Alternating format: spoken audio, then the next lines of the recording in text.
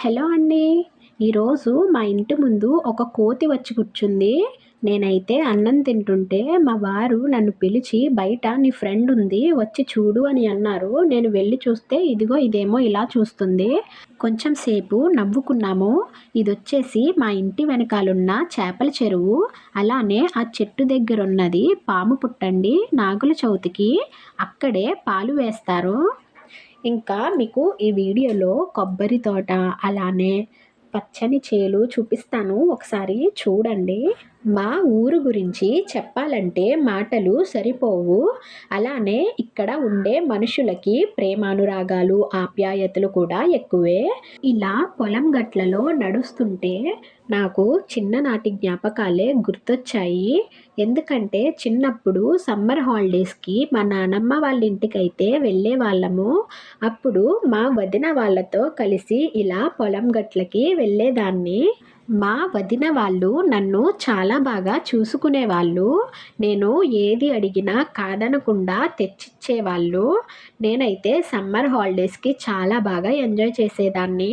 ఇప్పుడు ఇలా వెళ్తుంటే నాకు వాళ్ళే గుర్తొచ్చారు. మీకు ఒక సౌండ్ వినిపిస్తాను, వినండి.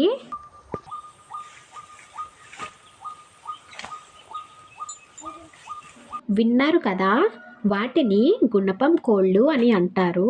చూడండి ఈ ప్లేస్ ఎంత బాగుందో. పచ్చని పొలాలు, అలానే చుట్టూరు కొబ్బరి చెట్లు, ఇంకా మధ్యలో తాడి చెట్లు కూడా ఉన్నాయి.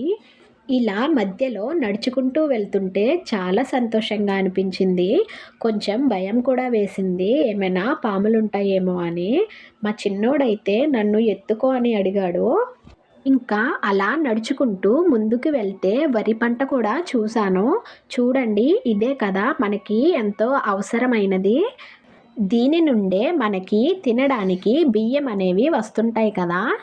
వ్యవసాయం చేసేవాళ్ళు లేకపోతే మనం లేనట్టే అసలు. అందుకే అన్నదాత సుఖీభవ అని అంటారు. అక్కడ బీరపాదు బాగా కిందకుంది.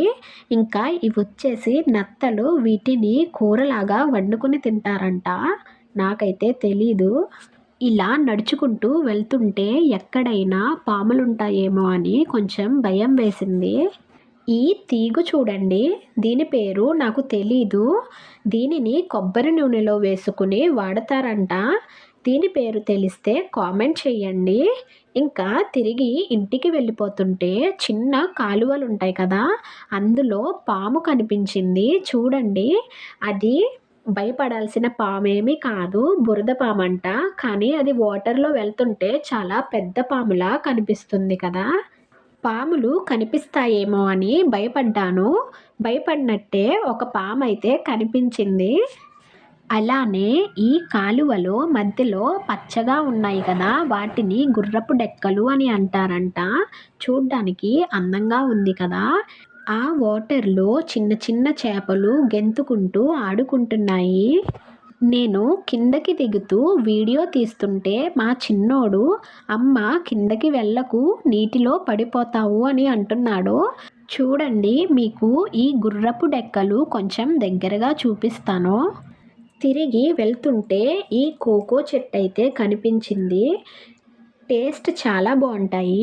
మీరు కూడా ఎప్పుడైనా తిని ఉంటే గనక కామెంట్ చేయండి. పిల్లల్ని చూసుకుంటూ యూట్యూబ్ ఛానల్ రన్ చేయడం కొంచెం కష్టమే. కానీ మీరు మన ఛానల్‌ని సబ్స్క్రైబ్ చేసుకొని సపోర్ట్ చేస్తారు అని ఆశిస్తున్నాను. Thank you.